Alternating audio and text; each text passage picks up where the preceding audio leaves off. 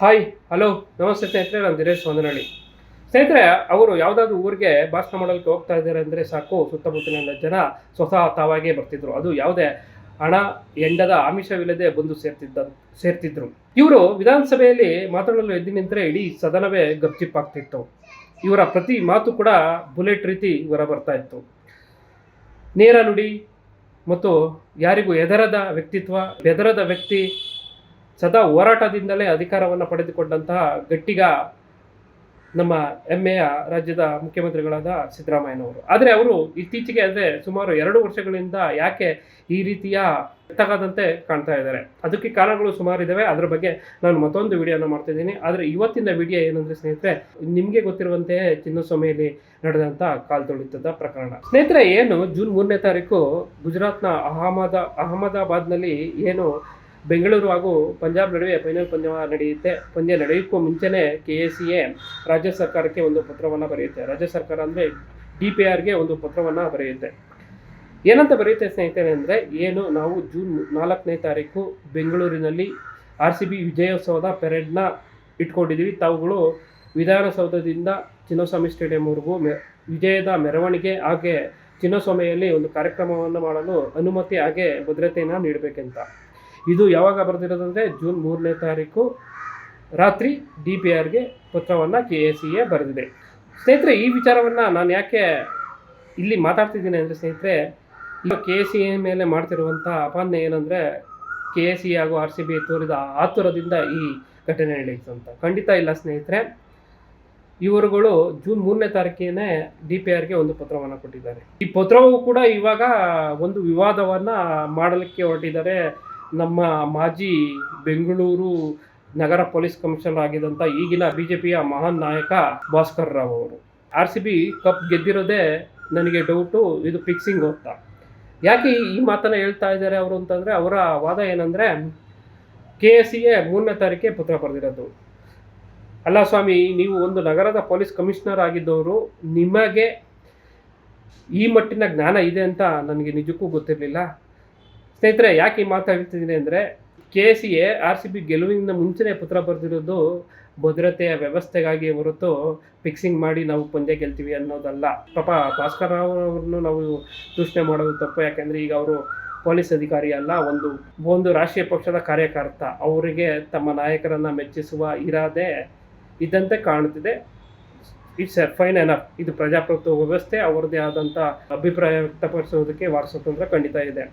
ಈ ಘಟನೆಗೆ ನಾನು ಒಂದು ಕಡೆ ಏನು ಅಮಾನತ್ತಾಗಿರುವಂತಹ ಬೆಂಗಳೂರು ನಗರ ಪೊಲೀಸ್ ಕಮಿಷನರ್ ಆಗಿದ್ದಂತಹ B ದಯಾನಂದ್ ಅವರಿಗೆ ಹೊಣೆನ ಮಾಡೋದಕ್ಕೆ ಇಷ್ಟಪಡ್ತೀನಿ. ಸ್ನೇಹಿತರೆ, ಇಲ್ಲಿ ಒಂದು ವಿಷಯವನ್ನು ಗಮನಿಸಿ. ನಾನು B ದಯಾನಂದ್ ಅವರ ದಕ್ಷತೆ, ಪ್ರಾಮಾಣಿಕತೆ, ಅವರ ಸೇವೆ ಬಗ್ಗೆ ನನ್ನ 2 ಮಾತಿಲ್ಲ. ಯಾಕೆಂದರೆ ಸ್ನೇಹಿತರೆ, ಇದೇ B ದಯಾನಂದ್ ನೇತೃತ್ವದಲ್ಲಿ ಕಳೆದ 3 ವರ್ಷದಿಂದ ಅಂದರೆ 2023, 2024, 2025ರ IPL ಪಂದ್ಯಗಳನ್ನ ಸಣ್ಣ ಅಹಿತಕರ ಘಟನೆ ನಡೆಯದಂತೆ ಭದ್ರತೆಯನ್ನು ನೀಡಿ ಯಶಸ್ವಿಗೊಳಿಸಿದ B ದಯಾನಂದ್ ಅವರು. ಆದರೆ ಈ ಒಂದು ಪ್ರಕರಣದಲ್ಲಿ ಎಲ್ಲೋ ಒಂದು ರೀತಿ ನಿಧಾನಗತಿಯ ತೀರ್ಮಾನಕ್ಕೆ B ದಯಾನಂದ್ ಅವರು ಬಂದ್ರ ಅನ್ನೋದು ನನ್ನ ಒಂದು ಪ್ರಶ್ನೆ. ಸ್ನೇಹಿತರೆ, ಯಾಕೆ ಈ ಮಾತನ್ನು ಹೇಳ್ತಿದ್ದೀನಿ ಅಂದರೆ ಸ್ನೇಹಿತರೆ, ಎಲ್ಲೋ ಒಂದು ರೀತಿ ಪೆರೇಡ್ಗೆ ಅವಕಾಶ ಮಾಡಿಕೊಡದಿರುವುದು ಇದೊಂದು ದೊಡ್ಡ ದುರಂತಕ್ಕೆ ಸಾಕ್ಷಿ ಅಂತ ಹೇಳ್ಬೋದು. ಒಂದು ವೇಳೆ ಮೆರವಣಿಗೆಗೆ ಅವಕಾಶ ಮಾಡಿಕೊಟ್ಟಿದ್ದೇ ಆಗಿದ್ದರೆ ಈ ಮಟ್ಟಿನ ದುರಂತ ಖಂಡಿತವಾಗಿ ನಡೆಯುತ್ತಿರಲಿಲ್ಲ. ಯಾಕಂದರೆ ಎಲ್ಲ ಜನಗಳು ಮೆರವಣಿಗೆಯಲ್ಲಿ ಭಾಗವಹಿಸಿ ತಮ್ಮ ಮನೆಗೆ ಸೇರ್ಕೊಳ್ತಾ ಹೋದ್ರು ಹೊರತು ಚಿನ್ನಸ್ವಾಮಿ ಸ್ಟೇಡಿಯಂ ಹತ್ರ ಯಾರೂ ಹೋಗ್ತಿರ್ಲಿಲ್ಲ. ಅಷ್ಟೊಂದು ಜನಜಂಗುಳಿ ಅಲ್ಲಿ ಸಾಧ್ಯನೇ ಆಗ್ತಿರ್ಲಿಲ್ಲ. ಸ್ನೇಹಿತರೆ, RCB ಫ್ರಾಂಚೈಸಿಗಿರ್ಬೋದು ಅಥವಾ KACAಗೆ ಇರ್ಬೋದು, RCB ಫ್ಯಾನ್ಸ್ ಎಷ್ಟಿದ್ದಾರೆ, ಎಷ್ಟು ಜನ ಸೇರ್ಬೋದು ಅನ್ನೋದು, ಅದು ಈ 18 ವರ್ಷಗಳ ನಂತರ ಗೆದ್ದಿರುವಂಥ ಕಪ್ಪಿಗೆ ಎಷ್ಟು ಜನ ಸೇರ್ತಾರೆ ಅನ್ನೋದು ಗೊತ್ತಿದ್ದೇ ಅವರು ವಿಜಯದ ಪೆರೇಡ್ನ ಆಯ್ಕೆ ಮಾಡಿಕೊಂಡಿತ್ತು. ಕಾರಣ ಎಷ್ಟನೇ ಸ್ನೇಹಿತರೆ, ಮೆರವಣಿಗೆ ಮಾಡಿದ್ದೇ ಆದರೆ ಜನಗಳನ್ನ ನಾವು ಕಂಟ್ರೋಲ್ ಮಾಡ್ಬೋದು.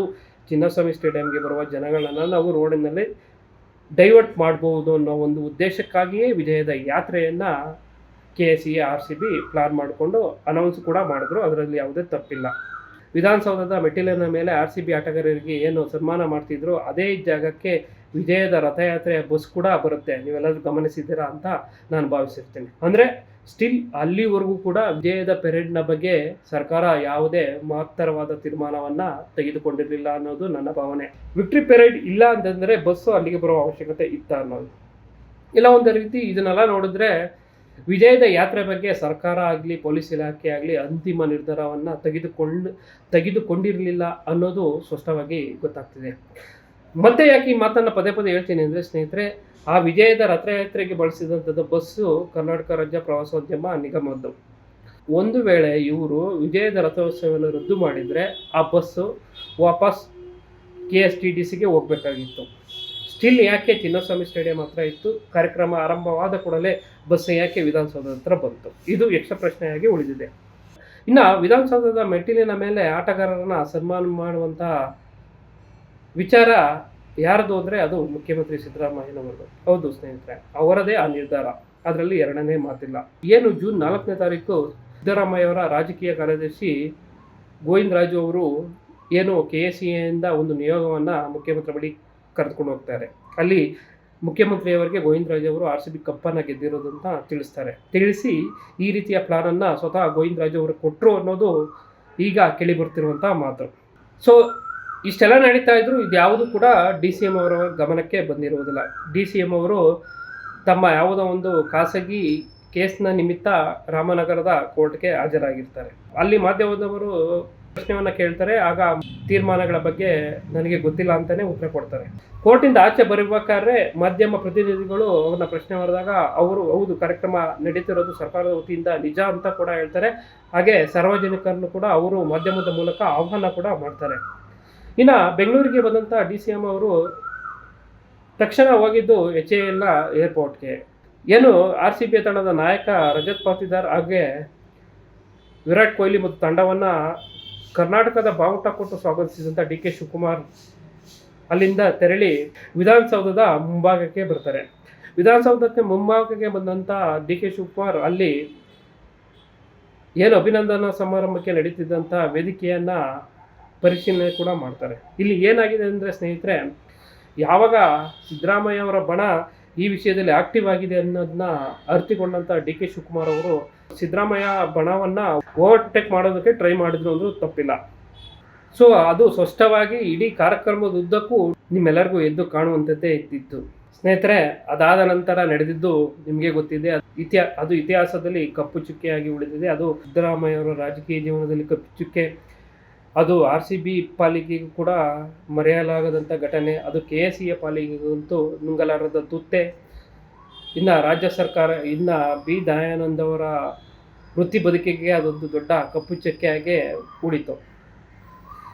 ಸ್ನೇಹಿತರೆ, ಇಲ್ಲಿ ನಾನು ಸಿದ್ದರಾಮಯ್ಯ ಅವ್ರಿಗೆ ಒಂದು ಕಿವಿ ಮಾತನ್ನು ಹೇಳೋದಕ್ಕೆ ಇಷ್ಟಪಡ್ತೀನಿ. ಅದೇನೆಂದರೆ, ನಿಮ್ಮ ಹಿಂದೆ ಇರುವಂಥ ಹೊಗಳು ಭಟ್ಟರ ಅಥವಾ ನಿಮ್ಮ ಹಿಂದೆ ಇರುವಂಥ ಹೊಗಳ ಭಟ್ಟರನ್ನು ನೀವು ದೂರವಿಡಿ. ಅವರಿಂದಲೇ ನೀವು ಈ ಸ್ಥಿತಿಗೆ ಬಂದು ತಲುಪಿರೋದು ಅಂದರೂ ತಪ್ಪಿಲ್ಲ ಸ್ನೇಹಿತರೆ.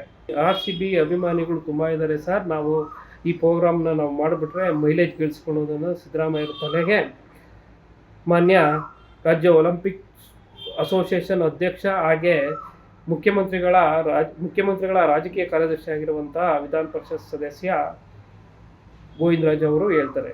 ಸ್ವತಃ ಕ್ರಿಕೆಟ್ ಪ್ರೇಮಿ, ಅದರಲ್ಲೂ ಕೂಡ RCB ಪ್ರೇಮಿ ಆಗಿರುವಂಥ ಸಿದ್ದರಾಮಯ್ಯ ಕೂಡ ಅದನ್ನು ಒಪ್ಕೊಂಡಿದ್ದು ಇಲ್ಲಿ ದುರಂತಕ್ಕೆ ಮುನ್ನುಡಿ ಬರೆದಿದ್ದೆ ಅಂದರೂ ತಪ್ಪಾಗಲಿಕ್ಕಿಲ್ಲ.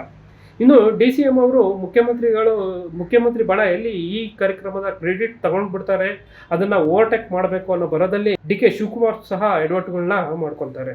DK ಶಿವಕುಮಾರ್ ಹಿಂದಿರುವಂತಹ ಹೊಗಳು ಭಟ್ಟರು ಹಾಗೆ ಮುಖ್ಯಮಂತ್ರಿ ಸಿದ್ದರಾಮಯ್ಯ ಹಿಂದಿರುವ ಹೊಗಳು ಭಟ್ಟರಿಂದ ಇಬ್ಬರು ರಾಜಕೀಯ ನಾಯಕರಿಗೆ ಇವತ್ತು ಕೆಟ್ಟ ಹೆಸರು ಬಂದಿದೆ ಅಂದರೂ ತಪ್ಪಿಲ್ಲ ಸ್ನೇಹಿತರೆ. ಸಿದ್ದರಾಮಯ್ಯನವರ ಹಿಂದಿರುವಂತಹ ಬುದ್ಧಿವಂತ ಸಲಹೆಗಾರರು ಯಾರು ಅಂದರೆ ಮತ್ತೆ ಯಾರು ಇಲ್ಲ ಸ್ನೇಹಿತರೆ, ಅದು ಗೋವಿಂದರಾಜು, ಮತ್ತೊಬ್ಬರು ಬೆಳಗಾವಿ ರಾಮದುರ್ಗದ ಶಾಸಕ ಅಶೋಕ್ ಪಟ್ಟಣ್.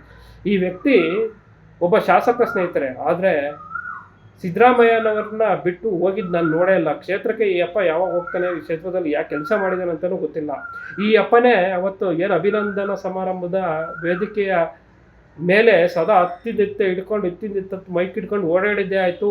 ಒಂದು ಜನಗಳಿಗೆ ಒಂದು ಸೂಕ್ತ ಮಾರ್ಗದರ್ಶನ ಕೊಡುವಂಥ ಕೆಲಸ ಕೂಡ ಮಾಡಲಿಲ್ಲ ಈತನೇ ರಾಮದುರ್ಗ ಶಾಸಕ ಅಶೋಕ್ ಪಟ್ಟಣ. ಮತ್ತು ಇನ್ನೊಬ್ಬ ಮಹಾನ್ ವ್ಯಕ್ತಿ ಕೋಲಾರದ ನಜೀರ್ ಸಾಬ್. ಹಾಗೆ ಇನ್ನೊಬ್ಬ KSCAಗೆ ಬಹಳ ಆಪ್ತ, ಯಾಕಂದರೆ KSCAಗೆ ಈತನು ಕೂಡ ಒಬ್ಬ ಮೆಂಬರು ಅಂತ ಬೇರೆ ಯಾರು ಅಲ್ಲ, ಪ್ರಕಾಶ್ ರಾಥೋಡ್ ಎಂಬ MLC. ಇವರು 4 ಜನ ಏನಿದ್ದಾರೆ ಸದಾ ಸಿದ್ದರಾಮಯ್ಯ ಹಿಂದೆ ಮುಂದೆ ಅಕ್ಕಪಕ್ಕ ಏನು ರಾತ್ರಿ ಸಿದ್ದರಾಮಯ್ಯನ ಮಲಗೋಕ್ಕೂ ಬಿಡ್ತಾರೋ ಇಲ್ಲೋ ಗೊತ್ತಿಲ್ಲ. ಇವರು ಈ 4 ಜನಗಳು ಸದಾ ಮುಖ್ಯಮಂತ್ರಿಯವರ ಬೆನ್ನ ಹಿಂದೆ ಇರುವಂಥವರು. ಸೊ ಎಲ್ಲೋ ಒಂದು ರೀತಿ ಮುಖ್ಯಮಂತ್ರಿ ಸಿದ್ದರಾಮಯ್ಯ ಅವ್ರನ್ನ ಈ 4 ಹಾದಿ ತಪ್ಪಿಸಿದ್ರಾ ಅನ್ನೋದು ನನ್ನ ಪ್ರಶ್ನೆ.